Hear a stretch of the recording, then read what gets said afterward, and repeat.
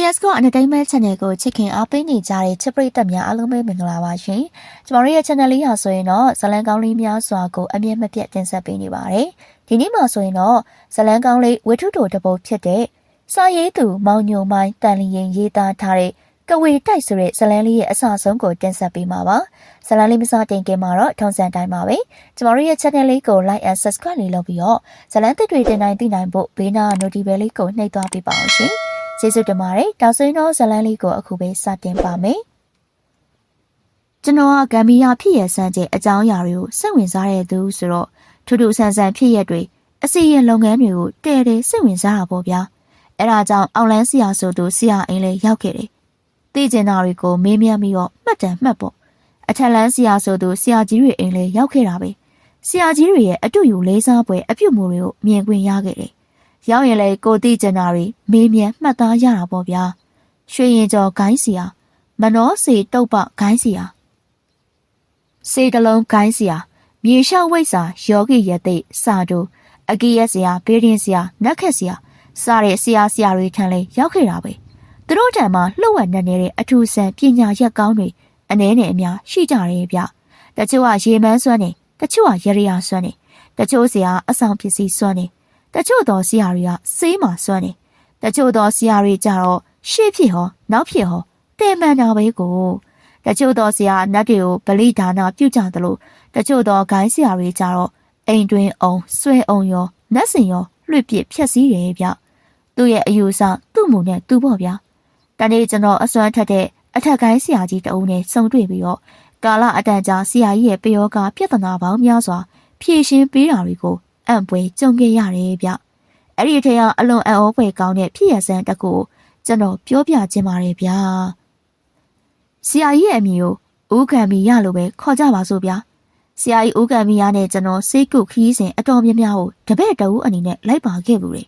တနေ့ဆရာကြီးကိုရွာကြီးတရွာလာပင်းလို့ကျွန်တော်နဲ့ဆရာကြီးထန်းလေပြက်ဆိုတဲ့ရွာကြီးကိုရောက်ခဲ့ပါရောထန်းလေပြက်ဆိုတဲ့ရွာမီကကျွန်တော်အမည်လွှဲရေးလိုက်တဲ့နာမည်ပါမူလရွာမီကိုမရေးချင်လို့ကို့ဘာသာရွာမီလွှဲပြောင်းရေးရတာပါခမလာပေးနဲ့မိမရဲ့အမည်ကမတ်ရွှေစန်းနဲ့ဆရာကြီးကျမတို့ရွာကိုလိုက်ဖြစ်အောင်လိုက်ခဲ့ပါဆရာကြီးမတ်ရွှေစန်းဆိုတဲ့မိမမရမကောက်ခေါ်တယ်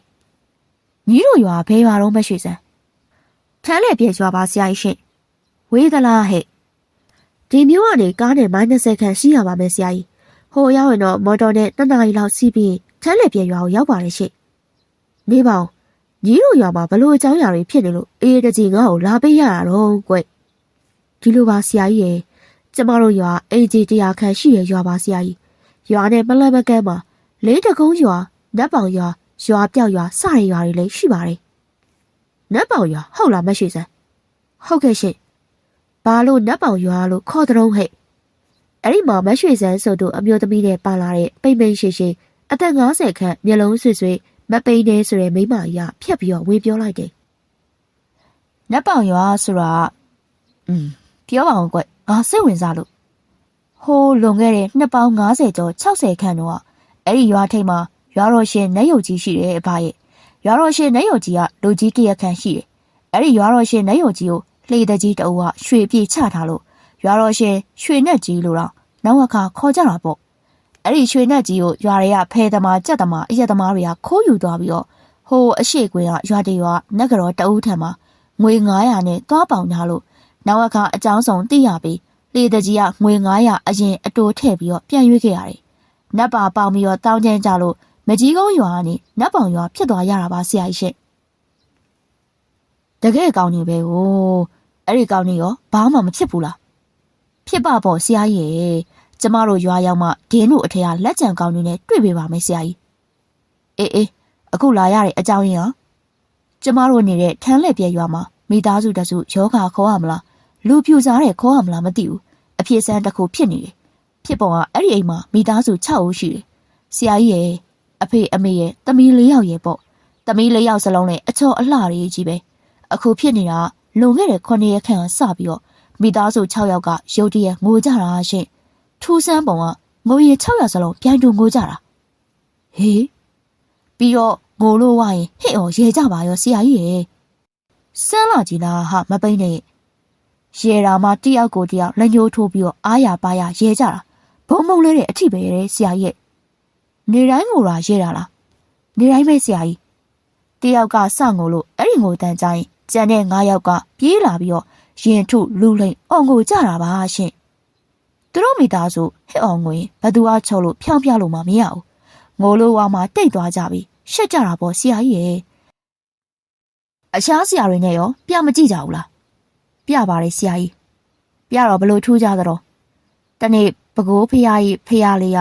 ပယောဂဆရာကြီးဦးလက်ရပြန်ဆိုသူကပြင်ပြီးရောကုကြတာပေါ့ဆရာကြီးဦးလက်ရပြန်လဲအိမ်ချံဝကိုရောက်ရောအမလီအဖေဒင်းတို့ပြောတော့အဖေသေးပြီဆိုငါအဖေမသေးဘူးငါအဖေမသေးဘူးအဖေပြန်လာပြီတော့အဖိုးအမလီအဖိုးရဲ့ခြံဝရောက်နေတဲ့ဆရာကြီးဦးလက်ရပြန်ကိုပြေးဖက်ပြီးတော့မိသားစုတစုလုံးဝိုင်းကိုကြတာလားဟဲ့ငါ့ကိုမဖက်ပါနဲ့အဖေအိုးနေကြပါအောင်ဟာငါမဆိုကျွတ်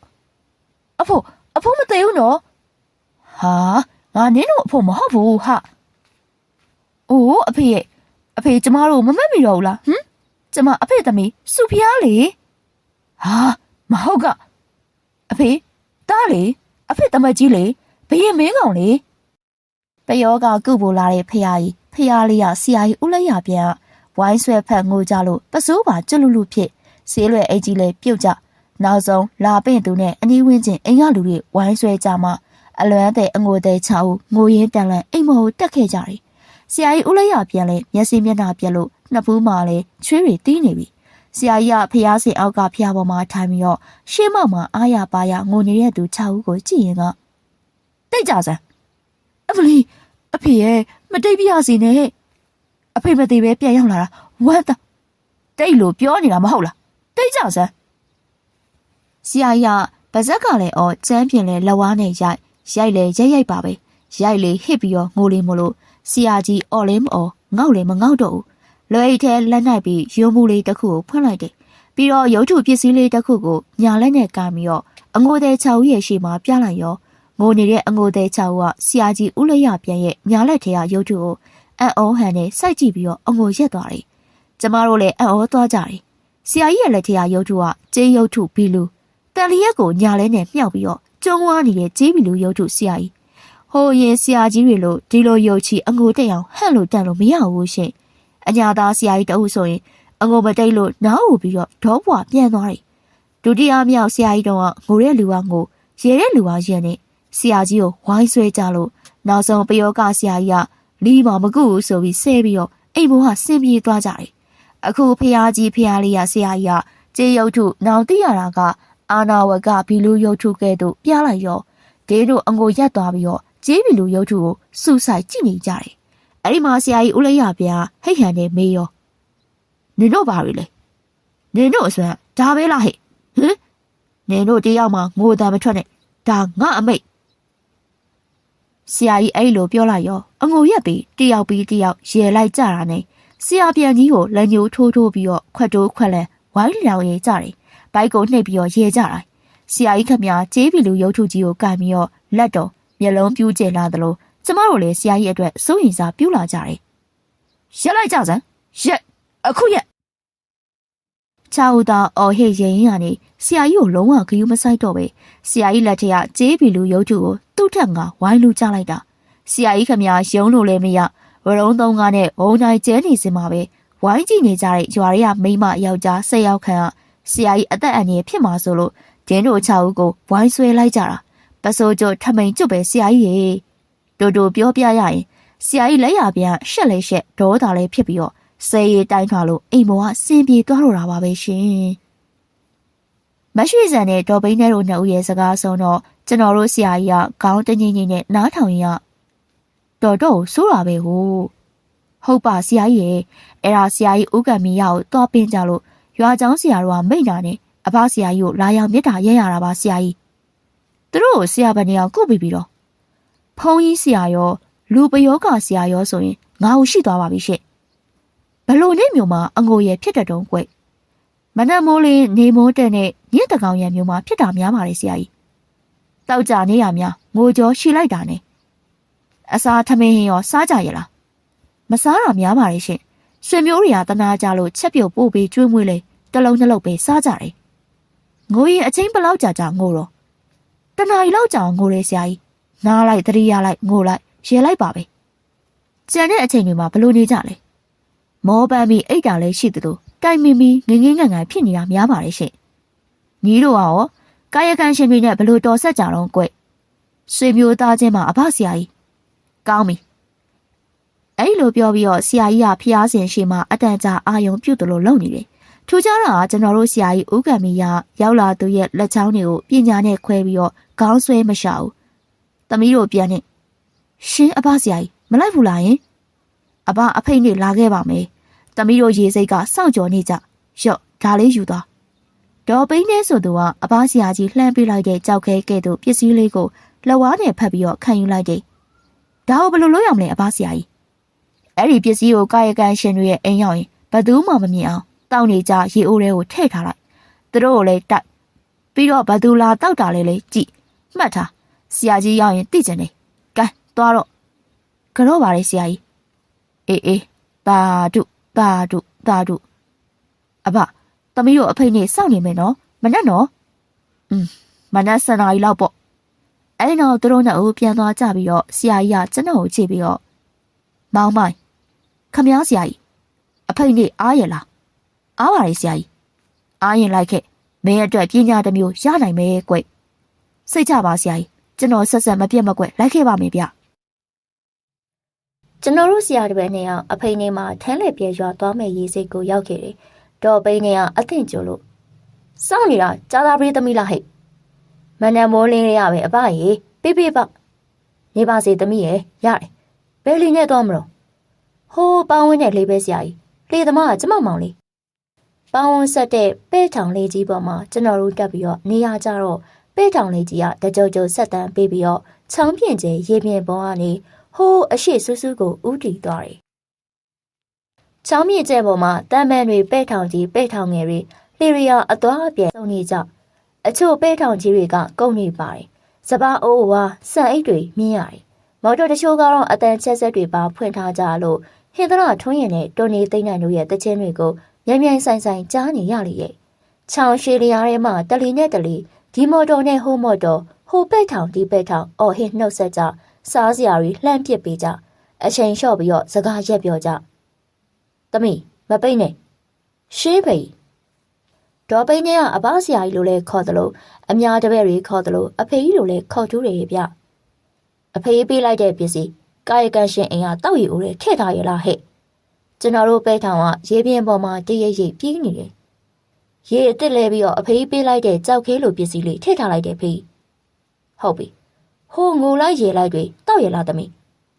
တောက်တယ်ဖေအေးတောက်တော့ဘလို့ထူးကြတော့ဟဲ့ပြောပါဦးအန်ဩစရာတော့ကောင်းပါဖေးရေလိုက်ငိုလိုက်စပြစ်ကြရအစားအစာမစားသလောက်ရှိတဲ့အဲ့ဒီမိသားစုက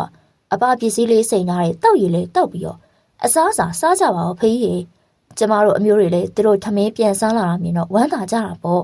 အဲ့ဒါဟိုအိမ်ကြီးရင်ချက်ပြုတ်ပို့ပေးကြတာနေ့စဉ်ပဲစားပြစ်တဲ့နေ့ကစားပြီးတော့ပိန်ချုံခြောင်ချနေတာအခုအသားရည်စိုးစားပြုတ်ဖို့ဖေးဒါဆိုအရင်လိုငိုကြသေးတာဟဲ့ငိုတော့ငိုဖို့ဖေးဆိုတော့တကောင်တန်လဲဟစ်ကြီးငိုကြတော့ရွာရီကအင်းကြီးနာချင်းတွေအဲ့လိုမရဖြစ်တာအဆိုးဆုံးပဲဖေးအဲ့လိုနဲ့ကျွန်တော်တို့စီးလာတဲ့ပဲထောင်လေးက2 နာရီခန့်မှပြီးတော့ရေစိတ်ကန်းတစ်ခုမှထိုးကတ်လိုက်တယ်ဗျအဖဆရာကြီးဟဲ့ငါ့ကိုခေါ်တာဘာတူတော့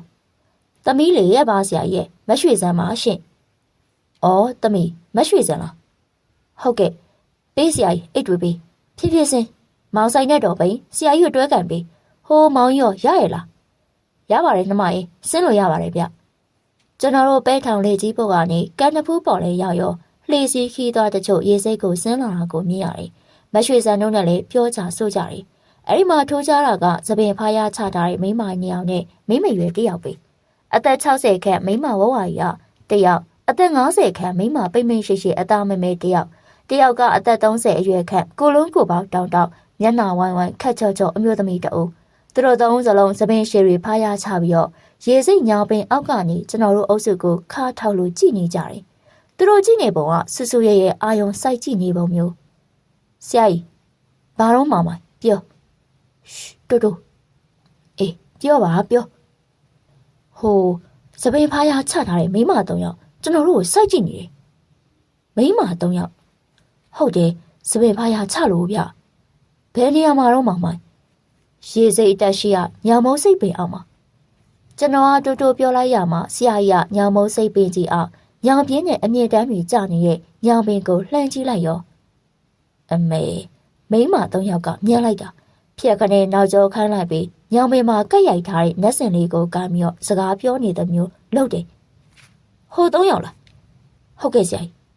နေပါစေသွားမကြည့်နဲ့ကိုလန်းကိုသွားကျွန်တော်လည်းဆရာကြီးရဲ့စကားကြောင့်လှည့်မကြည့်တော့ပဲသူတို့နဲ့မလန်မကန်းကနေရွာကအမျိုးသမီးတွေနဲ့အတူဖြတ်သွားလိုက်ကြတယ်ဒီလိုသွားနေရင်ကကျွန်တော်ကြက်သီးဖြန့်ကနေထားပြီးတော့ခေါင်းတပန်းကြီးသလိုဖြစ်သွားတာနဲ့ဖြက်ကနေနောက်ပြန်ကိုလှည့်ကြည့်မိလိုက်တယ်ဝဝပြေပြေစပင်ဖားရနဲ့မိမကြီးကကျွန်တော်ကိုလက်ညှိုးဆန့်တန်းထိုးပြလိုက်လို့ကြပြကြရမျက်နှာပြန်လှည့်ပြီးတော့အပါဆရာကြီးတို့နောက်ကိုခတ်တုတ်တုတ်ပြေးလိုက်ခဲ့တော့တယ်ကျွန်တော်တို့လူနာရှင်တွေအိမ်ကိုရောက်ရောကြုံရပါလေရောလူနာရှင်အဖေနဲ့အမေပြီးတော့သမီးပြိုလေးယောက်မိမပြိုလေးယောက်ကလည်းအမွာမွေးသွားတာမှတ်ရတယ်ချော်လိုက်လှလိုက်တာငေးယူရမတက်ပဲရွာကြီးရဲ့ကုန်းတော်ကိုင်းတွေတဲ့အမလီအဖေပြန်လာပြီနော်ဖြစ်ရလေအဖေရဲ့မြတ်စွာဘုရားကျွန်တော်တို့ဆရာတပည့်2ဦးလဲမြင်ရောအဖေကြီးတွေနဲ့ရင်ထုတ်ပြီးတော့ငိုကြပါရောဒေါ်ပိန်းနဲ့တို့ဆရာကြီးတို့အိမ်မှာပြောခဲ့တာမျိုးနဲ့တူနေပြီဗျာဆရာကြီးဘယ်လိုကြီးလဲနေပါစေငိုပါစေမျက်ရည်ပေါ်လို့ငိုတာငိုစမ်းအဲ့ဒီမှာသားမိသားဖ6ယောက်ကကျွန်တော်တို့ကိုကြည့်ပြီးတော့ရင်ထုတ်ငိုလိုက်ကျမ်းပြင်မှာလူးလှိမ်ငိုလိုက်ကျမ်းပြင်ကိုလက်ဝါးနဲ့ပုတ်ပြီးတော့ငိုလိုက်သူတို့6ဦးငိုနေပုံကတေးသွားကွဲလုံးရှာပြီးဖြစ်တဲ့အဖေအဖိုးကိုထင်ပြလို့မြင်ပြီးတော့ရှက်ကြီးတငယ်ဝမ်းနဲ့ဝမ်းလိုက်ငိုနေပုံမေးဟဲ့ငါတောင်းတယ်မိကျင်စီမငိုနဲ့တော့ရက်တော့ဒါငါတို့ဆရာကြီးဟဲ့နင်တို့ဝေဒနာယောဂကိုကုသပေးမလို့လာခဲ့တာရက်တော့အမလီအဖေရဲ့တေပုံစမ်းလို့ပါတော့ဟာမိစီဆိုင်တော့ဆိုနေတာကျမကိုအချစ်ဆုံးဆိုဖေးရဲ့အကုန်လုံးပါပဲဗျာပြောလေငိုလေမပိတ်နဲ့တမီရှင်းဖေးငိုပါစေထားလိုက်သူတို့မိသားစု6ယောက်ကအမျိုးမျိုးဖွဲ့နှဲ့ပြီးတော့ငိုတာနိုင်ဝက်ကြော်သွားပြီမျက်ရည်တုပ်လိုက်နှစ်ချင်းညစ်လိုက်တရွေးထွေးလိုက်ကျမ်းမြေကိုလက်ဝါးနဲ့ရိုက်လိုက်ကောင်းချင်းဆိုင်ဖက်ပြီးတော့ငိုလိုက်ဒီလိုအငိုတန်ငိုကြောရှိတာမျိုးဘယ်အတုပအိမ်မှာမှမတွေ့ဘူးဖျားဆူရပါစီရဲ့ဗျာဒီလိုနဲ့တနားညီးပါးကြောင့်ငိုနေတာမရက်သေးဘူးအဲ့ဒီမှာငိုရင်းကနေသူတို့ကထခုံပြီးတော့ကျန်းကျင်ပုံပြတ်ပါလာရောလောလောရရရိမ့်ထထဖြစ်နေကြတယ်အဘဆရာကြီးကလည်းအဲ့ထဲကဆေးတောင်မြေဘူးတစ်ချောင်းထုတ်ပြီးတော့ရှေ့မှာစီ3စီတားလိုက်တယ်တော်သေးတာပေါ့ဗျာကြည်စမ်းမိသားစုအငိုတဲ့6ယောက်ထမိန်ပစိုးတူတူပြင်ဝင်လိုက်ကြပြီးတော့ဆရာကြီးကိုလက်ညှိုးငေါငေါထိုးအပြည့်အစဲတွေပြောပြီးတော့ပွဲကြမ်းမလို့ပြေးဝင်လာကြတာအဲ့ဒီမှာဆရာကြီးတားလိုက်တဲ့မြေဖြူစည်းကိုနင်းမိပြီးတော့အမလေးဗျပူတယ်အဖေပူလိုက်တာပူတယ်အန်ဟောဆရာပါပဲဗျာမြေဖြူစည်းကိုနင်းမိလိုက်တဲ့အခါသူတို့ငိုကြမ်း6ယောက်ကခြေပွားတွေကိုလက်နဲ့ဆုပ်ပြီးတော့ပူလုံးလို့ထွန်လို့ဖြစ်ကုန်တယ်ကျွန်တော်ပါဝင်ရွာသားဆွေမျိုးသားချင်းတွေမြင်ပြီးတော့အံ့ဩကုန်ပါရောသူတို့6ယောက်ကဆရာကြီးကိုညဉ့်ညမ်းစွာစိတ်တိုင်းထွာပြီးတော့နောက်တစ်ချိန်ရန်ပြူဖို့ပြေးဝင်ပြန်တယ်မြေဖြူစည်းကိုနင်းမိရနဲ့အမလေးအဖလေးတအော်ပြီးတော့ဖေးနိုင်လဲကြခြေပွားကိုကန်ပြီးတော့ပူလို့အော်ဟစ်နေကြပါရောဟဲ့အယုတ်တမာတွေထိုင်လိုက်ကြစမ်းမဲငါ့ကိုများတောက်ခတ်လို့အခုချက်ချင်းထိုင်လို့ပြောနေရမလားမထမ်းဝိတ်ကြီးစမ်းပါဗျာအမေလို့တူမိမကျုံးအောင်ပြောလိုက်တာငါတို့ဘာမှလို့တော့ဟမ်အဲ့ဒီမှာအဘဆရာကြီးဆွေခုံတယ်လို့လုံနေကြတဲ့သူတို့6ဦးကိုတာယာညင်းတန်နဲ့ပြန်ပြောလိုက်တယ်ကောင်းပြီသင်တို့ဘာတွေပါလဲပြောပါ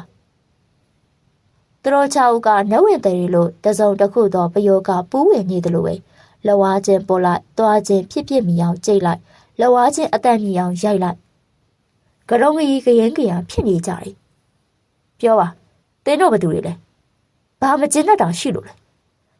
ဘာများအလိုရှိလို့ဒီမိသားစု6ယောက်ကိုနှောက်ယှက်ပူးဝင်အရှက်ရအောင်လုပ်ရပါတယ်လေပြော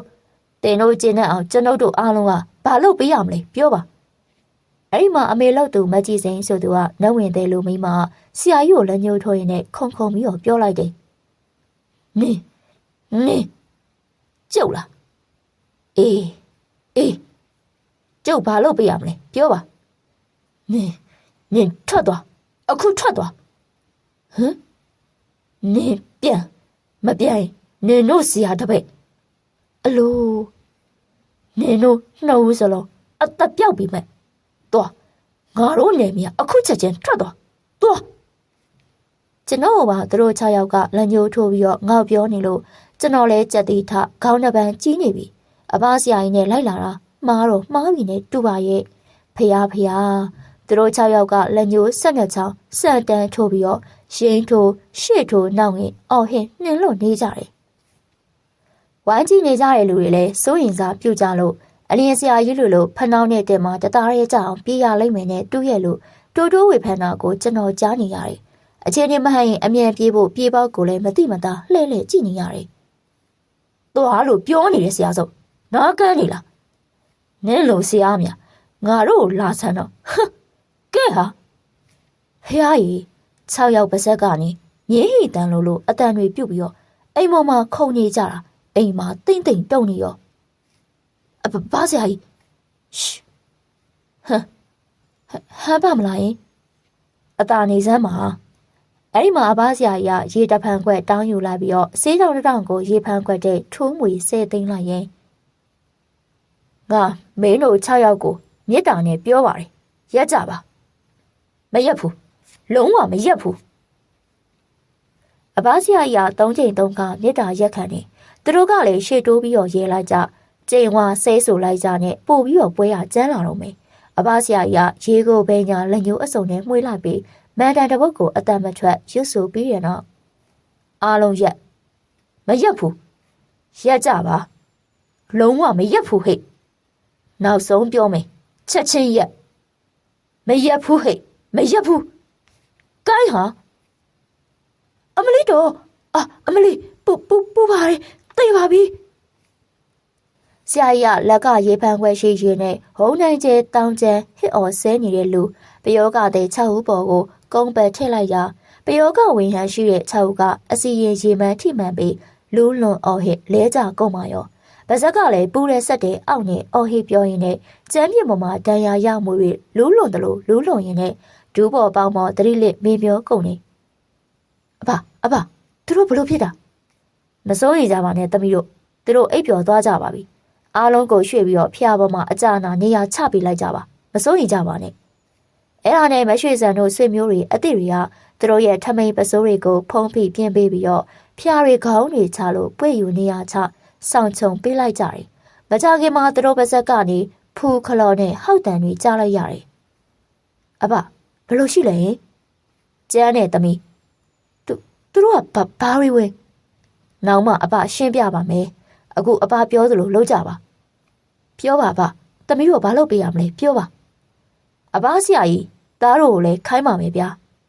အေးဟုတ်ပြီသမီးလောကမှာဒီအိမ်ကဆွဲအောင်အိမ်တွင်းအောင်ကိုချက်ချင်းအစ်စ်လဲပေးကြပါစိတ်ချပါဗျအခုချက်ချင်းလုပ်ပါမယ်ဖျားစင်မောကဗုဒ္ဓရုပ်ပွားတော်ရေအသက်စင်ပြီးဖျားပန်အစ်စ်လဲပါလုပ်ပေးပါမယ်ဗျတစ်သေးရသမျှနဲ့စွန့်ကပ်ပါစိတ်ချပါဗျလုပ်ပေးပါမယ်သားတို့ကဟုတ်ကဲ့ဗျပြောပါခိုင်းပါဗျအခုခြံစည်းရိုးကိုဖြတ်ပြီးတော့လူအင်အားနဲ့ဒီမနက်ပိုင်းအပီးခြံစည်းရိုးအစ်စ်ကပေးပါရပါတယ်ဗျကျွန်တော်တို့လူအင်အားရှိပါတယ်လုပ်ပါမယ်ဒီရွာမှာဖုံရင်ကြောင်ရှိတယ်နော်ရှိပါတယ်ဗျဒီနေ့ညနေ4 နာရီမှာတန်းက10ပါပဲပရိတ်တရားနာမယ်ဟုတ်ကဲ့ပါဗျခြံကိုလည်းတန်ရှင်းရေးလို့အမိုက်တွေမိရှုဝေရကအစ်စ်ပါလို့ကဲစားလို့ကြတော့သူတို့အတီးတီနေရာကထားလို့အဘဆရာကြီးခိုင်းတဲ့အစီအစဉ်တွေကိုချက်ချင်းဆောင်ရွက်ကြတယ်ဟိုဘီယောက6ဦးကလည်းတခုခုနဲ့အိမ်မောကြလို့အဲ့ဒီမှာမရွှေစံကအိမ်တွင်အုံဟောင်းကိုချလာလို့သမီးရှင်းပါဒါဆွဲအောင်အဟောင်းမဟုတ်လားဟုတ်ကဲ့ရှင်ပေးစံဓမ္မပါယူခဲ့မရွှေစံကဆွဲအောင်ဒီအဟောင်းကိုပေးခဲ့ပြီးထင်းခွဲဓမ္မကိုယူခဲ့လိုက်တယ်ဆရာကြီးကအများရှိမှပဲဆွဲအောင်ဒီကိုအခွန်ချွတ်လိုက်ပြီးမရွှေစံရှင်းပါရီအောင်ဒီခွက်တက်လားကွခွက်တက်ပါလေရှင် ခွဲစမ်းဟိအဲ့ဒါနဲ့မရွှေဆန်အားရွာသူအများရှိမှအခွန်ချက်ထားတဲ့ဆွေအောင်တီဟောင်းကိုဓမ္မနေခွဲလာရောအလိုလေးတော့အော်စီယာကောင်းလိုက်တာကျွန်တော်တသက်နဲ့တကူမှဒီလိုအံ့ဩပွေမျိုးမမြင်ဘူးပါဘူးကြည်စမ်းအုံတီနှစ်ချမ်းလေးကွဲရောအရေခမ်းနေတဲ့အုံနှစ်ချမ်းဖွေးနေတဲ့ပစ္စည်းတခုတောက်ခနဲ့ကျန်းပြင်ပေါ်ကျလာတယ်ကောက်ယူကြည့်လိုက်တော့လူသွားတစ်ချောင်းသွားလူအံသွားအဘဒါဘာသဘောလဲယင်လူသွားတစ်ချောင်းအုံတီရဲ့ကျလာတိုက်တာဟုတ်လားဘာတိုက်တာလဲအဘနတ်ကိုအစိမ်းတိုက်ပြီးတော့ခိုင်းတာပဲရှင်ဘသူခိုင်းတာလဲအစင်းမြင့်ကဝေအကြီးစားတွေပဲဖះကြီးအမလီကြောက်စရာကောင်းလိုက်တာတော့ဖះအဘပြောသမီးဒါကဝေတိုက်လို့ပြောရလားယင်ဟုတ်တယ်နတ်ကိုတောင်လိုသလိုခိုင်းနိုင်တဲ့ကဝေအကြီးစားတွေရဲ့လက်ချက်ပဲသူတို့ကဘာဖြစ်လို့ဒီလိုမိသားစုတစ်ခုလုံးအရှက်တကွဲအကျိုးနဲ့ဖြစ်အောင်လုပ်ရတာလေအဘရင်ဟင်အကြောင်းရှိလို့အကျိုးဖြစ်တာပေါ့သမီးရဲ့မကြခင်ဘသူဘာကြောင့်လုပ်ရတယ်ဆိုတာအဖြေပေါ်လာပါလိမ့်မယ်ကဲမောင်မကြီးပြားစရာကြီးအဲ့ဒီအုံသေးတွေကကြလာတဲ့လူဟန်သွားကိုစက်ကူနဲ့ထုတ်ယူခဲ့ကျွန်တော်တို့ဆရာတပည့်ပေယောကအင်းရနေထွက်လာတော့ရွာသား10ယောက်ခန့်ချန်စီယိုဟောင်းကိုဖျက်ပြီးတော့ဝါးရီခေါ်လို့ချန်စီယိုအစ်စ်ကိုတက်ကြွလုံနေကြတယ်ဆရာကြီးဦးကံမီယာကဆေးလွယ်အိတ်ဖောင်းဖောင်းကြီးလွဲပြီးတော့ရှိရနေတုတ်သွားရင်ကလမ်းသွားလမ်းလာတအုပ်ကိုရက်မေးလိုက်တယ်လူလေးဒီနားမှာလက်ဖက်ရည်ဆိုင်များမရှိဘူးလားကွရှိပါတယ်ခမဟိုရှိရစာတင်ကြောင်ရှိမှာပါကျေးဇူးပါပဲလူလေးဟုတ်ကဲ့ပါခမရွာသူရွာသားတွေကပြောတာဆိုတာယဉ်ကျေးကြတယ်မြို့ကြီးတွေနဲ့ဝေးပေမဲ့စီးပွားရေးကောင်းကြတယ်ဝက်ပုံစားပုံကလည်းတန့်ပြန့်ကြတာများတယ်ဆရာကြီးဘိုက်စာနေလို့လားအေးအဲ့လိုနဲ့ကျွန်တော်တို့မြန်မာပြည်သားဆိုတဲ့ကလားလက်ဖက်ရည်ဆိုင်မှာဝင်ထိုင်ပြီးတော့စားစရာတွေမှလို့အားရပါရစားကြတယ်အဲ့ဒီမှာပဲဆရာကြီးကပလာတာရိုက်နေတဲ့ကလားထံကိုတွားပြီးတော့စကားပြောပြီးတော့ကျုံနေပြီးသားလက်သီးဆုပ်ခန့်ကိုယူလာတယ်ဆရာကြီးကျုံနေပြီးသားကဘာလို့ဖို့လဲလုံးစရာရှိလို့ပေါ့ကွာစားတွားကြစို့ဆရာကြီးစားလို့မပြီးသေးဘူးလားမင်းကလေတုံးပါကွာဟဲ့ကောင်ငါဒီကိုလာတာစားကျင်တောက်ချင်လို့မဟုတ်ဘူးဒီကျုံနေပြီးသားကိုလိုချင်လို့မြထလိုက်ခဲ့ကျွန်တော်ဗျာအတင်းစားစရာတွေပါစက်တဲ့တော့လက်ဖက်ရည်နဲ့အမြဲမျောရှာငွေအရှင်းပြီးတော့ဆရာကြီးတွားရနောက်ကိုအပြေးလိုက်ခဲ့ရတယ်ဒီလိုနဲ့မင်းရင်ဆိုင်ရွာတော်ရှင်နှက်ကုန်းလောက်ထားတဲ့ညောင်ပင်အောက်ကိုရောက်ရောကြောက်တုံးတုံးပေါ်မှာထိုင်ပြီးတော့ကြုံပြော့နဲ့ထူဆန်းတဲ့အယုတ်တစ်ခုကိုလုံနေပါရောဗျာမကြပါဘူးဗျာထူဆန်းလာတဲ့ဘီလူမကြလူမကြအယုတ်တစ်ခုဖြစ်သွားတယ်တေးချာချာကြည့်ရင်ကြောက်စရာကောင်းတဲ့ပုံစိုးပန်းစိုးမျက်နှာနဲ့မိမပုံမျိုးအဆွဲလိုတောင်ပါပြီးတော့မျက်လုံးကပြူလို့ရင်သားနှစ်ခုကိုတွဲလောင်းချပြီးတော့စပီကိုနောက်ကျောမှာဖားရချပြီးတော့စောင့်ထိုင်နေတဲ့ပုံရှမ်းပန်းတန်နှစ်ဖက်ချနဲ့လက်ရမြောက်လိုက်ပြီးတကယ်ဆရာကြီးအေးပြောဒါဘာရုပ်တုံးဗျကဝေမြောက်လို့ခေါ်တယ်ကဝေမြောက်ဟုတ်လားအဲ့ဒါဘာလို့ဖို့တုံးဆရာကြီးဟိုအိမ်သား6ဦးကိုငိုအောင်ရေအောင်အဲ့လိုမရစားလို့မရအောင်ပယောဂနဲ့စီရင်လိုက်တာကဝေမြောက်ရဲ့လက်ချက်ပဲကွဟုတ်ရလားဆရာကြီးဟုတ်တာပေါ့ဒါတင်းတို့ကဝေမြောက်ကဝေကြီးကဝေနတ်တွေရဲ့လက်ချက်အစ်စ်ပဲဆရာကြီးအေးကဝေမြောက်ဆိုတာဘယ်လိုလဲကဝေဆိုတာပညာသည်လို့အတိတ်ပဲရတယ်အထူးထူးသောအတက်တွေကိုတက်လို့ပညာသည်ခေါ်တာမောင်မိုင်းမှတ်ထားဖို့ကစုံမျိုး9ပါးဆိုတာရှိတယ်ခြေစုံသူကခြေရကိုကန်ပြီးတော့ဖမ်းစားတာသူ့ကိုရွာသူလို့ခေါ်တယ်ခေါင်းဆောင်ကတော့လူရဲ့အရင်နဲ့ခြေရာကိုနင်းထိပြီးဖမ်းစားတယ်ဆုံးပြီးတော့ကိုယ်ဆုံးနဲ့အဲ့ဒီဆုံးမျိုးကတော့မဆင်တို့ခြေကြောက်တို့ကိုစားတာသူကလည်းအရိတ်ကိုနေပြီးတော့ပြူစားနိုင်တယ်လို့လူရဲ့ကိုယ်ခန္ဓာကိုထိပြီးလေပြူစားနိုင်တယ်အဲ့ဒီကိုယ်ဆုံးကိုစင်ကုတ်လို့တမုတ်တယ်ပြီးတော့မောင်လုံးဆုံးဒီဆုံးမျိုးကအသွေးသားအရေးကိုစားတယ်တွေးစုပ်တာမျိုးပေါ့လူတယောက်ကိုတို့နန်းရှုံမှဖန်စာပြူစားလို့ရတယ်ဆုံးတခါမောက်ပြားဆုံးသူကလေမောင်လုံးဆုံးအတိုင်းပဲအိမ်တလုံးဆုံးဆိုတာရှိသေးတယ်ကွဒီဆုံးမျိုးကအကျော်လောအစီအစိမ့်တွေတေးတိုက်ပဲမုံကြော်ငါကြော်ကြက်ကြော်စတာမျိုးတွေသူကအမို့ကောင်းသလားကွာမဲနယ်မဲကိုပြောမင်းယုံဧကနန်တက်ကိုပြလို့မြင်တာနဲ့38ပါးမင်းနဲ့တွေစေပါခိုင်စာဖန်စာတောက်စီတွေတင်းကိုဇောကနီလို့ခေါ်တာပဲကွအခုဟိုမီသားစုကိုပြူစားတိုက်ခတ်နေတာဇောကနီခေါ်အိမ်တလိန်ဆုံးပဲမောင်မန်းရီပြီးတော့ကဝေမြောက်ဆုံးရှိသေးတယ် သူကကြောက်စရာကောင်းနေကွာစားရင်လူသွေးလူသားလူယိုးမှစားတာသူကလည်းအမြင်နာမှသိရုံနဲ့သူ့ရဲ့လက်အောက်ကနတ်စိမ်းတွေကိုခိုင်းစီပြူစားလို့ရတယ်သူ့အမကဝေးလို့ခေါ်တော့ကွာငါလူတိထားမို့ကခြေဆုံးကောင်းဆုံးကိုယ်ဆုံးပုံစံမျိုးကလူတယောက်မကြံစီနိုင်ဘူးမောက်လုံးမောက်ပြားအိတ်တလိန်ဆုံးကဝေးမြောက်အဲ့ဒီ၄ယောက်တော့ဆုံးကဝေးတွေကတော့လူတယောက်ဖန်စာကြံစီနိုင်တဲ့အစွမ်းရှိတယ်နောက်ထပ်စုံမျိုး66ပါရှိသေးတယ်နော်မကုန်သေးဘူးငါလူအဲ့ဒီမှာဘူးသွင်းတဲ့စုံမျိုး9ပါကာကနီစောကနီစုံမျိုး2ပါအလုံးပေါင်းရင်စုံမျိုး88ပါရှိတယ်အဲ့ဒီစုံမျိုးတွေနဲ့အတူမော်ပညာစကန်အောက်လဲပညာစကန်မှာအလေးနဲ့ပြူကိုစားရတဲ့ကြော်ကြီးလေးပါရှိသေးတယ်ပြောပါဦးဆရာကြီးမှတ်ဆရာတွေဘာလားခင်ဗျာအေးမှတ်တာတစ်ကအနောက်ဘက်ရှင်မကြော်နှစ်မြောက်ဘက်ရှင်မကြော်သုံးကတော့ရေရင်ကြော်နဲ့လေးနှင်းကနော်တို့ပဲအခုဟိုရင်သား6ကိုကဝေမြောက်ကစောကနီနဲ့ပေါင်းပြီးတော့ပြူစားတာပဲဘာလို့သူတို့ပြူစားရလို့ဆိုရလဲဆရာကြီးကဝေမြောက်လို့စောကနီတို့ပြူစားရင်တော့ဖန်စာနှောက်ယှက်ရင်တုံမယ်အားနေမယ်တန်းတန်းဝေဝေးရှိမယ်ဘူးပါတွင်းလိုက်ရင်တော့ပြူစားခရသူကငိုလိုက်ရဲလိုက်နဲ့အယူဘဝမျိုးရောက်ပြီးတော့အစာလည်းမစားကောင်းကောင်းလည်းမအိပ်ခက်ထန်ကြမ်းတမ်းလာပြီးတဲ့နောက်ကြာတော့အသားရည်ခန့်ချောင်းရော်ပါဆုပ်ရော်ပြီးအစင်းမလားရုပ်ပြက်ဆင်းပြက်ဘဝကိုရောက်ပြီးတော့အသက်ဆုံးရှုံးရတာပဲအဲ့ဒီလက္ခဏာအလုံး6ဦးစလုံးဖြစ်နေရလေအဲ့ဒါကြောင့်ကဝေအကြီးစားပြူစားခံရတာလို့ငါပြောတာပေါ့မောင်မရအဲ့ဒီကဝေကြီးတွေကအိမ်တွင်းနဲ့ကိုနိုင်တယ်အိုးယူတိုင်းခေါင်းတိုင်းအိမ်လေးကခြံဝင်ဝတွေမှာမြုပ်ထားနှံ့ထားရုပ်ထားနံ့ထားအမိန်ပေးဆက်ထားစီခိုင်းစီရင်ပျက်စီးအောင်လုပ်လို့ရတယ်အဲ့ဒီကဝေမြောက်ကကဝေကြီးတွေကအိမ်တလိန်ဆုံးအတက်မောင်လုံးဆုံးအတက်ခေါင်းဆုံးအတက်ခြေဆုံးအတက်မောက်ပြားစတဲ့5မျိုးစလုံးတက်ကြွကြတော့တော်ယုံစီယာမနိုင်ဘဲနဲ့ပြေးကြရတာပဲတော်ယုံစေးစီယာစေးသမားစေးကုလို့မရဘူး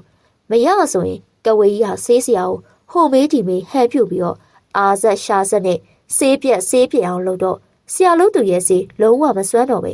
နောက်ဆုံးထွက်ပြေးရတဲ့ဘဝကိုရောက်တော့တာပဲကွာ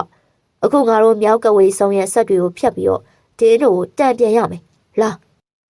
ဆရာကြီးရှင်းပြတဲ့ဆုံးကဝေပညာတွေအကြောင်းကြားသိရတော့အလွန်ကိုအံ့ဩရတယ်လောကမှာဒီလိုအယုံညံ့စားတွေရှိနေပါလားဆိုတာသိရပြီးစိုးရင်ကြောက်ရွံ့လို့ဖျားပဲတနေရွတ်နေမိပါတယ်အဲဒီနောက်ဆရာကြီးဦးကံမင်းကရွာအစုံကဖျားစေရီရင်ပြင်မှာစီမီတွေရေချမ်းတွေပူဇော်ပြီးတော့ဖျားရှိခိုးတယ်၅ပါးသီလခံယူတယ်ကျွန်တော်လည်း၅ပါးသီလခံယူထားဆိုပြီးတော့ဖျားရှိဖို့၅ပါးသီလခံယူပြီးတော့အရက်စင်မျက်နှာမေတ္တာပို့လုပ်လိုက်တယ်အဲဒီနောက်ဆရာကြီးကပဋ္ဌာန်းဒေသနာတော်ကိုရွတ်ဖတ်ပြီးအရက်ရှိမျက်နှာကိုစီးချထားတယ်ပြီးရတဲ့စောစောကပြုလုပ်ထားတဲ့ကဝေမြောက်ရုပ်ထုကိုမိုင်းကန်အင်းရွက်နဲ့ခေါင်းမှအုပ်ချပြီးတော့တိမ်ဝင်တပိတ်အင်းနဲ့ဝိုင်းဝိုင်းပက်လောက်ကဂါရမန်တန်တွေကိုအတန်ကြာရွတ်နေတယ်ဆရာကြီးမန်တန်မျိုးစုံနဲ့ရွတ်နေချိန်မှာဖျားစီရီရှေ့ဘက်ကနေဖုံလုံးကြီးတွေရုပ်ကြီးလိမ့်တက်လာပါရောဖုံလုံးကြီးတွေနဲ့အတူလက်သားတချို့ကလည်းကျွန်တော်တို့ရောက်နေတဲ့ဖျားစီရီတဝိုက်ကောင်းငင်မှာဝဲကပြန်ကလုံနေတယ်အဲ့ဒါနဲ့အတူကြီးကန်းတွေကလည်းဖျားရှိရာညောင်ဝေးမှာကျွန်တော်တို့ကိုကြည့်ပြီးတော့နားကြီးအောင်អော်ကြပါရောအဲ့ဒီမှာဆရာကြီးကတိမ်ဝင်တပိတ်အင်းနဲ့ဒင်းတို့ရှိရာကိုဝှေ့ရမ်းလိုက်ရောကြီးကန်းအုပ်ကြီးလက်ဖြန့်လို့ဟိုးအရှိဆူအရက်ကိုပြေးကုန်တာကိုမြင်လိုက်ရတယ်ခဏနေတော့မန်တန်ရွတ်တာကိုရက်လိုက်ပြီးမောင်မိုင်ခမားဆရာကြီးရော့ဒီတိမ်ဝင်တပိတ်အင်းကိုမင်းအင်ကြီးအိတ်ထဲမှာထည့်ထားမပြောက်ကြစေနဲ့ဟုတ်ကဲ့ပါခမ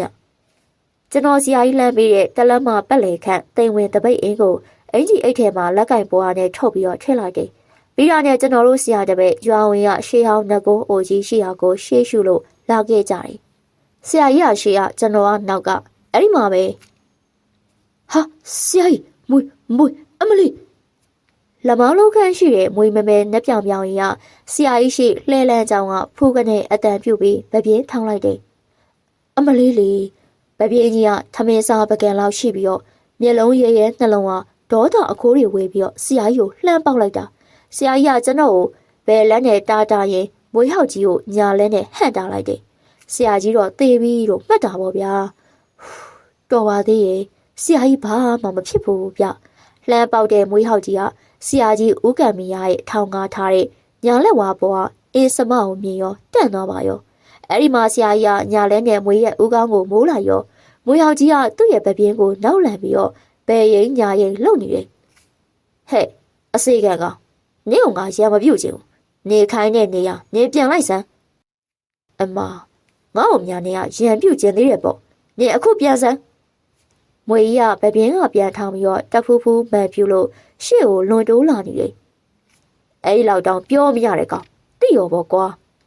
ဆရာကြီးကမြေတားနဲ့ပြောလို့မရမှန်းသိရောမြေတဆုပ်ကိုကောက်ယူပြီးတော့မန်းမှုတ်လိုက်တယ်မကောင်းတော့အတိုက်အခိုက်များမကောင်းတော့ဂျိုစည်းဂျိုနေများမကောင်းတော့အိမ်မက်တွေကဖျားတကူတရားတကူတန်ငါတကူကြောင့်ပျောက်ပြက်ကြပါစေ။အိုးတော့ဟိုးအဲ့လိုဗုဒ္ဓပိယကိုရွတ်ပြီးတော့မြေမုံတွေကိုလဝါးနဲ့ပုံမှန်ပြီးတဲ့နောက်ဗပြင်းထောင်ရှေ့တိုးလာနေတဲ့မဲမဲလုံးလုံးမွေးဟောက်ကြီးရဲ့ကောင်းပေါ်ကျေပက်လိုက်ရောအော်စရာကောင်းလိုက်ပါပြီဗျာ။ရံပြုတ်နေတဲ့မွေစိုးမွေးဟောက်ကြီးရဲ့ဦးကောင်းပပြင်းကိုအုံခံမန်းမှုတ်ပြစ်ကျဲလိုက်တဲ့မြေမုံတွေထိမှန်သွားရောမွေစိုးကြီးကနာကျင်ဆူရှစွာမြေပြင်မှာလူးလွန်အော်ပြီးနေတော့တယ်လူကြီးတလန်ကျော်ရှိတဲ့မွေစိုးကြီးရဲ့လူးလွန်မှုကြောင့်လှဲလဲကြောင်ကဖုံထောင်ထောင်ထသွားခဲ့တယ်အတန်ကြာတော့နာကျင်စွာအော်ရဲအတန်လေးပြောက်ဖုံလုံးတွေလည်းပြေပြီးသွားရောဖျားရီကြည်စမ်းမအောင်လူကြီးလက်မောင်းလုံးခန့်မွေစိုးမရှိတော့ပဲရှီလျားလာတဲ့မွေရီကိုမဆိုးမချောက်ကြီးကြံနေခဲ့တာကိုအံ့ပွဲဖြစ်လိုက်ပါပြီဆရာကြီးအေးဟိုမွေယောက်ကြီးရောရင်မရှိတော့ဘူးမွေရီကိုပဲကြံခဲ့တယ်ဒါဘလို့ဖြစ်တာလဲတိုက်မွေကိုကွအရေကိုပဲကြံတာပေါ့ဗျာတိုက်မွေဟုတ်လားငါတို့တို့ကတိုက်မွေလွတ်ပြီးတော့ကိစ္စတုံးအောင်လုပ်တာမှတ်ထားမောင်းမိုင်းတိုက်မွေဆိုတာမွေအစ်စ်မဟုတ်ဘူးမွေရုပ်ကိုတော့လကောင်အစိပ်ပြင်းတဲ့မွေရီကိုတော့လကောင်ပယောကားနဲ့စီရင်အသက်သွင်းပြီးတော့သေစေခြင်းသူရှိရာကိုအမိတ်ပေးစစ်လို့ကြိုက်ခိုင်းတော့မယ်ရိုးရိုးတဘာဝမွေကြိုက်တာထက်ပညာသည်စီရင်စေခိုင်းတဲ့တိုက်မွေတိုက်တာပို့ပြီးတော့အစိပ်ပြင်းတယ်တောင်းရုံစီဟာကုလို့မရဘူးကုဖို့အချိန်လည်းမရဘူးဒါဆိုကျွန်တော်တို့ကံကောင်းလို့ပေါ့နော်ဟိုလေဆရာကြီးအသိဉာဏ်လို့တာအချိန်မရှိဘူးငါတို့အချိန်ဆွဲနေလို့လည်းမဖြစ်တော့ဘူးဖြစ်လာကြုံလာမှတော့သူ့ပြုတ်ကိုပြုတ်တိုက်မှာပဲဟဲ့ကဲမောင်မကြီးဟောကိုကောက်ရိုးပုံကကောက်ရိုးတပွေကိုပြောဆိုတောင်းပန်ပြီးတော့သွားယူလိုက်မြန်လို့ကွအဲ့ဒါနဲ့ကျွန်တော်ခက်လန်းလန်းကပိုင်ရှင်မမြင်ရတဲ့ကောက်ရိုးပုံရှိအောင်ကိုသွားပြီးတော့အပိုင်ရဆိုင်အဆောက်ရှောက်များခမအတုံးလိုနေပါ၍ဤကောက်ရိုးတပွေယူဆောင်ခွင့်ပြုပါအရှင်တို့ခမအဲ့ဒီလိုပြောဆိုမေတ္တာရက်ခံပြီးတော့ကောက်ရိုးတပွေကိုဆရာကြီးထံယူလာခဲ့တယ်ဟုတ်ပြီဟိုနေရာမှာပေါ့ပြီးရင်မွေးရေကုန်ကိုငါယူပေးကျွန်တော်ကောက်ရိုးပုံပြီးရတော့တလန်ကြော်ရှိတဲ့ဆိုဆာဆမွေးရေကုန်ကိုကောက်ပေးလိုက်ရာဆရာကြီးကမြောက်ကဝေအယုတ်ကိုလွယ်အိတ်ယုံအစ်တေကမိုင်းကန်အင်ဂျီတီရွက်နဲ့ထပ်ပတ်ပြီးတော့အချီတစားနဲ့ရင်းတောင်ပတ်ချီလိုက်တယ်။နဝကဆရာကြီးပြောလို့သိရတာမှာ၎င်းအင်းဒီကဓမ္မနဝကိုအင်းတွေကြီးစတုထမြောက်ဓမ္မနဝအင်းလို့သိရတယ်။ဓမ္မနဝကိုအင်းကဝင်းအင်းနဲ့ထွက်အင်းဆိုပြီးတော့အင်းနှစ်တွဲရှိပြီးတော့စတုထဝင်းအင်းကရန်သူကိုဝင်ရောက်တိုက်ခတ်ရင်အနီးမှာဆာယာဖြစ်စေတယ်လို့သိရတယ်။၎င်းရဲ့အကျိုးတွေကရန်သူကိုဘယ်လိုမျှကြံစီတိုက်ခတ်လို့မရတဲ့ရန်လွတ်အင်းလို့သိရတယ်။အဲ့လိုအင်းနဲ့မွေးရေကိုမှလုံးပက်လိုက်ပြီးတော့၎င်းမြောက်ကဝေရုပ်ကိုကောက်ရိုးပုံအလဲမှာတင်လိုက်တယ်။မောင်မိုင်ခမားဆရာကြီးအုံးသီးတွေကရတယ်လူသွားရောပေးရောပါဆရာကြီးဒီရပါဗျ။ဆရာကြီးကနက်တိုက်အစိမ့်တီလူအပ်သွားတာကိုကောက်ရိုးပုံကိုတင်လိုက်တယ်။ပြီးတော့မီးစင်းနဲ့ကောက်ရိုးပုံကိုမရှို့ခင်မှာမန်တန်တပုတ်ကိုထန်ကြီးစွာအတန်နဲ့ဟိန်းနေအောင်ရွတ်တော်တယ်။အိုးကျွန်ုံးနဲ့တကွာတော့တပည့်သားမီးတို့အားတိုက်တီစောကနီရုပ်ထားနန့်ထားစုံမျိုး88စုံတိုက်ငတ်တိုက်အင်းတိုက်ဆရာတိုက်အတိုက်မှန်သမျှအစင်ရင်ဟိုသမျှဘုံမှန်သမျှထိရောက်ခြင်းမရှိစေရကွင်းပိုင်များကွင်းဆောင်နဲ့ရွာဆောင်နဲ့ဘုံဘက်ဆိုရုပ်ကဆိုအာဃာတဆိုနဲ့ကိုယ်တိုင်အတိုက်မှန်သမျှကိုဖယ်ရှားရမည်ကာကွယ်ရမည်ဖျားငါးစု၏အမိန့်တော်ကျုပ်တို့အားလုံးသည်၎င်းကျုပ်၏တားတပည့်များအား၎င်းသေစေလိုခြင်းစီဝါပြက်စေလိုခြင်းအရှက်သိက္ခာရစေခြင်းဘေးဆိုးစေခြင်းစတဲ့ပျက်စီးရာပျက်စီးကြောင်းကြံစီရာသူတို့သည်အခုချိန်ဟာစ၍သူအတက်သူတန်ပြန်၍တန်ပြန်အတိဖြစ်စေတည်း။အုံအဲ့လိုရွဆိုအမိန်ပြန်ပြီးရတော့ကောက်ရိုးပုံကိုပြီးရှို့လိုက်ရောမိတောင်မီးရှံတွေကတိုက်မွေရေကိုပတ်ထားတဲ့ကဝေအယုတ်လူအပ်သွားတဲ့အင်းကိုမီးဆွဲလောင်းသွားတယ်။ဗရာရောင်အနေရောင်ငွေရောင်မီးဆက်တွေကကောက်ရိုးပုံကနေပြန်တက်ပြီးမီးပုံပေါ်ပြန်ကျသွားတာကိုအံ့ဩဖွယ်မြင်လိုက်ရတယ်။အဲ့ဒါနဲ့လူသေးကောင်မီးရှို့တဲ့အနံ့ကြီးထွက်ပေါ်လာလို့ကျွန်တော်မှအန်လိုက်ရတာနှက်ရောမျက်ရည်ရောထွက်ရော အားလုံးပြကြတော့မှကျွန်တော်တို့ရွာလေးကိုပြန်လာမလို့တော့အနောက်ဘက်ကောင်းကင်ပေါ်မှာလက်တကြီး6កောင်ဝဲပြန်လိုက်တာကိုကျွန်တော်တို့မြင်ရတယ်။မောင်ကြီးတို့ရှင်မောင်ကြီးနဲ့အဘတို့ရှင်နောက်ကနေခေါ်တန်းကြားလို့ကြည့်လိုက်တော့မိမရွယ်တင်တရားပြချောချောလာလာဖြောင်းဖြောင်းတောင်းတောင်းလေးကျွန်တော်ကလူရွယ်ပြီးပြီးသူမရဲ့ကိုလုံးကိုပေါင်းနဲ့ဆွဲမွဲဖယ်အလားရညမျောပြီးတော့သူမကိုငေးကြည့်နေမိလေခလေးမဘာကိစ္စရှိလို့တော့ကွအဘတို့ကဆေးစရာတွေဟုတ်လားယင်ဆိုပါဆိုကွယ်ဘာဖြစ်လို့တော့အဘရဲ့ကျမတို့အိမ်ကိုခဏလောက်ကြွရောက်ပေးပါကျမအမေအော့အန်နေလို့ပါရှင်ရွာထဲမှာဆေးစရာတွေရှိရလေကွယ်သူတို့ကိုတွားပေးလိုက်ပါအဘတို့တွားစရာရှိလို့ပါသမီးတောင်းမဲ့ပါလေအဘရဲ့ဆရာကြီးအားကိုလို့မေးမြန်းပြီးတော့လိုက်ရှာလာရတာပါကျမတို့အမေအရန်ခံစားနေရလို့လိုက်ခဲ့ပါဆရာကြီးရဲ့နော်မိမချောလေးကငုံမဲမဲမျက်နှာနဲ့အာကိုတကြီးမြစ်တာရက်ခံခေါ်နေတာဗျာတနာစရာလေးအဲ့ဒါနဲ့အာနာတနာစိတ်ဖြစ်လာလို့ဆရာကြီးခမဘာတော့မောင်မိုင်ဒုက္ခရောက်နေလို့အာကိုပြီးတော့ခေါ်နေရပါဆရာကြီးခဏဖြစ်လိုက်မင်းဝေးမပြောနဲ့ဗျာဒီမကလေးမရှင်မင်းရဲ့မေယောကပျောက်ချင်လားကွဟုတ်ကဲ့ပါရှင်မင်းရဲ့မေမသေးနိုင်သေးပါဘူးကွရှင်ငါရွာလေကအယူ6ရောက်အိမ်မှာရှိတဲ့ကွမင်းရဲ့မေယောကအရှင်းပျောက်ချင်လှဲနဲ့တင်ပြီးတော့ခေါ်ခဲ့အဲ့ဒီကြမှာငါကုပေးမယ်ဟဲ့ကောင်မမိုင်ပြားဆရာကြီးသွားမယ်လာဆရာကြီးကိုပြန်လဲအထုံးမတက်ရဲ့ဦးဆရာကြီးကပြောပြက်လှုပ်ပြက်ပြီးတော့ဆရာကြီးဒေါသချင်းသူများနဲ့မတူကျွန်တော်ဗျာမိမချောလေးကိုအားနာတဲ့မျက်လုံးနဲ့လှမ်းကြည့်လိုက်ပြီးတော့ရှေ့ရသွားနေတဲ့ဆရာကြီးနောက်ကိုအပြေးလိုက်ခဲ့ရတယ်ကျွန်တော်ပြန်လှည့်ကြည့်လိုက်တော့မိမချောလေးကစပင်ကိုဖားရချအန်ကျိတ်ခါထောက်ပြီးတော့ကျွန်တော်တို့ကိုမကြေမချမ်းမျက်လုံးနဲ့ကြည့်နေတာကိုမြင်လိုက်ရတယ်ဆရာကြီးဗျဘာတော့ဒုက္ခများဆရာကြီးကိုအားကိုးပြီးတော့ပြေးရမဲဘာနာလဲလို့ပြောနေတာတော့ငါတုံးရဗျာဘာဖြစ်လို့လဲဆရာကြီးမဲဒီမိမဘာလဲသိလားဟမ်ဆရာကြီးရဲ့တိလာမေးတန်ကမမတင်းတင်းကြီးဖြစ်နေလို့မသိပါဘူးဗျဒါပေမဲ့သူ့ဆရာကိုတွေ့လို့အာကိုမှတ်ထားအဲ့ဒီမိမလူသားမယ်မဟုတ်ဘူးဟမ်ဒါဆို तू ကဘာလဲ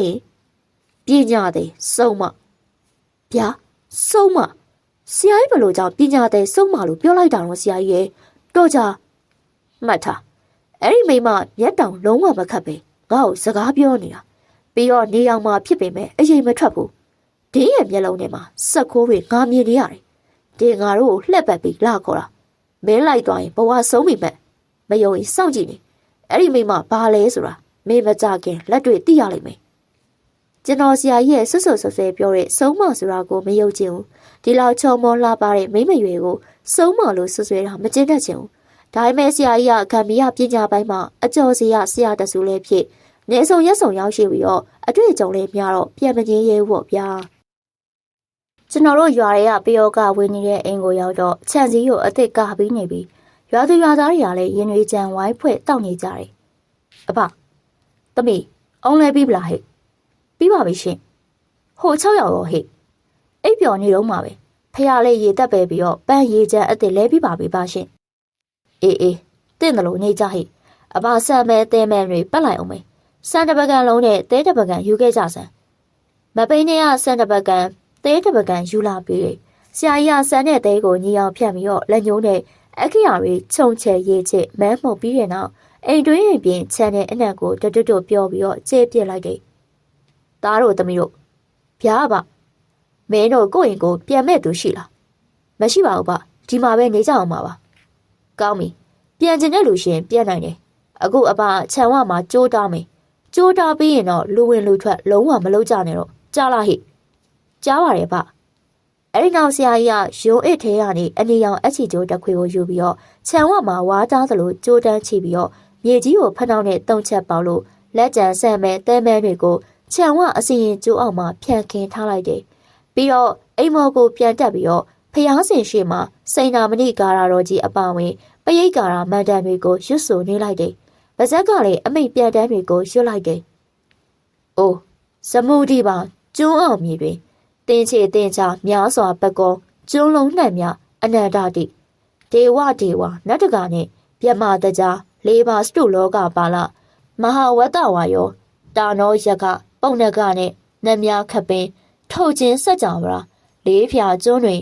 ဒေဝအာကာသဆိုတကိုးထံပြီးမဏိမေခလာဒေဝသူရတတိစန္ဒီပရာမိသွာမဟာပိန်နဲ့ကြော်စဲထင်ရှားနဂါးကလုံးဂုံပန်ရက်ခနဲ့နတ်များအကြီးတေဇောပြင်းသည့်ရှင်နတ်မင်းတို့နတ်ဒေဝကြီးငယ်တို့ကိုပင်ဖိတ်အာနာအပ်သည်ရေပေါ်မှာလည်းမီးလောင်ပါစေကြံတိုင်းအောင်စောင်းတိုင်းလည်းပြီးမြောက်ပါစေအတိုက်တွေလည်းပေါ်ပါစေလို့ပြောဆိုပြီးတဲ့နောက်အောင်နမောဗုဒ္ဓနုဘာဝေနအောင်နမောဓမ္မနုဘာဝေနအောင်နမောတန်ဃာနုဘာဝေနတမ္မအနန္တယောဝိနတယံယံကိစီတံလာဗံလာဘိတန်တို့အောင်စေရတုစေရတုအောင်စေရတုစေရတုတွားဟုံဟုံရုပ်ဖတ်တဲ့ဆဲပိခေါ်အာနာအပ်အကာအကွယ်ပြုတ်ပြီးနောက်ရေမန်းနဲ့အိပ်ပျော်နေသူလူမမာ6ဦးပေါ်ကိုဖြန့်လိုက်တယ်လူမမာ6ဦးဝုန်းကနေကုန်းထားပြီးတော့ဟဲ့လို့ငိုကြပါရောငိုရာမမတအိမ်ကြနေတာပဲငိုရင်းကနေဟက်ဟက်ပက်ပက်ရဲလိုက်ကြတယ်ငိုရင်းရင်ထကုံလိုက်ကြကတဲ့အိမ်လုံးဝုန်းတိုင်းကျင်းနေတယ်ရှိနေတဲ့လူတွေလည်းလက်ကုံနေဆွေမျိုးသားချင်းတွေကဆရာကြီးနဲ့ကျွန်တော်ရဲ့မျက်နှာကိုကြည့်ပြီးတော့စိုးရိမ်နေကြတယ်ကျွန်တော်လည်းဒီတစ်ခါတော့ငါတို့ပြေးရမယ်အလှည့်နဲ့တူပါရဲ့လို့တွေးပြီးတော့ရင်တွေတလှက်လက်ဖြစ်နေတယ်ဆရာကြီးကတော့ငိုလိုက်ရဲလိုက်ထခုံအော်ဟစ်နေတဲ့6ဦးကိုကြည့်ပြီးတော့ပြုံပြုံကြီးလှုပ်လို့အဲ့ဒီမှာပဲဆရာကြီးကလဝါခန့်များရှိတဲ့အင်းတစ်ချက်ကိုရွတ်ဖက်မှတ်မှုတ်ခေါ်ပြောဆိုပြီးတော့အင်းရွက်ကိုမီးရှို့ပြချလိုက်တယ်အဲ့ဒီပြရေဖလားထဲမှာရှိတဲ့ရေထဲကိုတွန်းချပြီးတော့လက်ညှိုးနဲ့ချောင်းနဲ့မှွေလို့အုံခံမန်းနေတယ်ပြီးလဲပြီးတော့အဲ့ဒီအင်းများစိန်ရင်နဲ့ဟုံတိုင်းကျင်းနေတဲ့သူတွေ6ဦးကိုလှမ်းပတ်လိုက်တာအလိုဖះကြီးဟုတ်မဟုတ်ရလားဟုတ်တယ်ဟုတ်ပါတယ်ဗျာ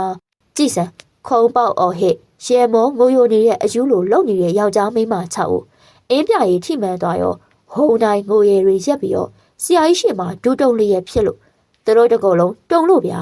စကားတစ်လုံးမှမပြောကြတော့ဘူးပြီးကြောက်ရွံ့လို့ကျွန်တော်တို့အားလုံးလည်းအားတင့်သွားကြတာပေါ့ဗျာနောက်သိရတာမှဆရာကြီးကစမနဝပြင်စမဝင်အင်းကိုပြချပြီးတော့ရေးစိမ်ပတ်ခြင်းလို့သိရတယ်အားလုံးအားတင့်နေချိန်မှာအမလီလာပါပြီတော့လာပါပြီရှင်အမလေးလာပါပြီတော့ဟမ်ဘာလဲဟာအိမ်ရှိမှာမိမ9ယောက်ပြို့ဆရာကြီးမိမ9ယောက်အိမ်ရှိကခုံပေါက်အော်ဟစ်နေရဗျအိမ်ဝိုင်းထဲမှာရှိတဲ့မပိန်းထဲလိုလူစုပါအတန်ကြားရကိုပြေးထွက်ကြည့်လိုက်ရောဟဲဒါဟဲ့အဲ့ဒါဟဲ့အဲ့ဒါတစားမုံလာတော့ငါတို့ရွာကိုပြောင်းလာတဲ့ဒေါ်အိမ်မဲကြီးနဲ့ဒေါ်နဲ့ထဲတို့မိသားစုမဟုတ်လားဟဲ့ဟမ်ဟုတ်တယ်ဟေ့ဟိုနှစ်ယောက်ကသူ့သမီးတွေမဟုတ်လားမိကျင်များဟုတ်တယ်မစိတ်ချဲနဲ့မစိတ်သွဲဟေးဒီလိုဘလို့ဖြစ်ပြီးတော့ဒီအိမ်ရှိမှလာအောင်နေကြရတော့အမလီသိပါပြီတော့အောင်လာကြီးရဲ့တော့မေတော်ကြီးလို့လုံးကြပါဦးတော့ပူလိုက်တာအမလီအိမ်ချေချံဝအော်တန်ကိုတန်ရေတန်တွေကြားရတာနဲ့ဘာများဖြစ်လို့ပါလဲသိကြလို့ကျွန်တော်ပါပြေးသွားကြည့်လိုက်တယ်ဟဲဟိုအမေ3ယောက်ကိုကျွန်တော်မြင်ဘူးတယ်တယောက်ကဝါတယောက်ကပိမ့်ပိမ့်ရှိရှိတယောက်မိမ့်ရွယ်တယောက်ဟဲသိပြီကျွန်တော်တို့ဆရာတပည့်ဒီရွာကိုလာတဲ့နေကလှေစိတ်ညောင်ပင်အောက်ကစပင်ဖားရချခါထောက်ကြည့်နေကြတဲ့မိမ3ယောက်ပဲဟိုအဲ့လိုမိမကြီး2ယောက်ကထမိန်အနက်တွေကိုစောက်ထိုးဝတ်ထားလို့ပါလားအဲ့ဒီမှာမျက်နှာအုပ်ပြီးငိုနေတဲ့မိမပြို3အနက်ကတအူးကခေါင်းမောလိုက်ရာဟေးသူပါလားဟိုမိမပြိုပါလားအဲ့ပါရောဗျာအဲ့ဒီခက်ချောမိမမနက်တုန်းကသူ့အမေနေမကောင်းလို့စေးကုပေးပါအောင်ဆိုပြီးတော့လမ်းမှာလာခေါ်တဲ့မိမချောလေးပါသူကကျွန်တော်ကိုမမှတ်မိသလိုအဝေါ်စရာကောင်းတာသူတို့ကရင်ထုငိုလိုက်ဟစ်ပြီးတော့ရဲလိုက်ကိုပါကိုလက်ဝါးနဲ့တပြန်ပြန်ရိုက်ပြီးတော့ပြေးပြီးလူးလိုက်လိုက်ထမိန်ပြောင်းပြန်ဝဲမိမကြီး2ဦးဒေါသတကြီးဟစ်ငိုပြီးတော့ကျွန်တော်တို့ရောက်နေတဲ့ခြံထဲကိုစပင်ဖားရဖြတ်ပြီးတော့လှမ်းဝင်လိုက်တာအမလီသိပါပြီတော့ပူလိုက်တာအမလီပူလိုက်တာကဲကြပါဦးတော့ခြံထဲဝင်မှာတားထားတဲ့အစီရင်တားကျုံနဲ့ထိမိပြီးတော့ပူလာကြီးရဲ့အော်လို့ဆွဆွခုန်နေပါလေရောရုပ်ပြက်ဆင်းပြက်ကိုလို့ရဲလို့တွားရောဖုံတွေချေးတွေမြေကြီးတွေပေးကြပြီးတော့မျက်လုံးတွေပြူးကျဲပြီးအင်ကြီးထမိန်ပေးစုပ်ကွဲကိုစီနဲ့ခြံဝက်ကိုမျက်နှာမို့လို့ငုတ်တုတ်လက်အုပ်ချီတုံခါရင်ထိုးနေတာကိုထူးခြားစွာမြင်လိုက်ရတယ်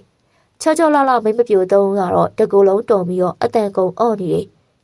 မြင်ရသူတွေကလည်းဟိုနေကြီးတွေကအိမ်မောက6ယောက်ခုလိုပဲငိုရဲရဲဖြစ်တယ် အခုရွာရဲပြောင်းလာတာမကြသေးတဲ့ရွာထိပ်ရင်းနှန်းကြီးဝနှစ်ဆောင်ပြိုင်အင်ကြီးကမိသားစု9ဦးရှက်စရာကောင်းအောင်ငိုရဲလူးလိမ်ဟစ်အော်နေတာဖြစ်ကြပြီးတော့အမျိုးမျိုးဝေးဖမ်းကြတယ်။အဲဒီမှာကျွန်တော်တို့ရဲ့အပန်းစရာကြီးဦးကံမီယာကခြံဝကိုရောက်လာပြီးတော့ဒင်းတို့ကိုကြည့်လို့ဟဲ့မိမရီအမလီတော်ကောင်းမောက်လိုက်ကြစမ်း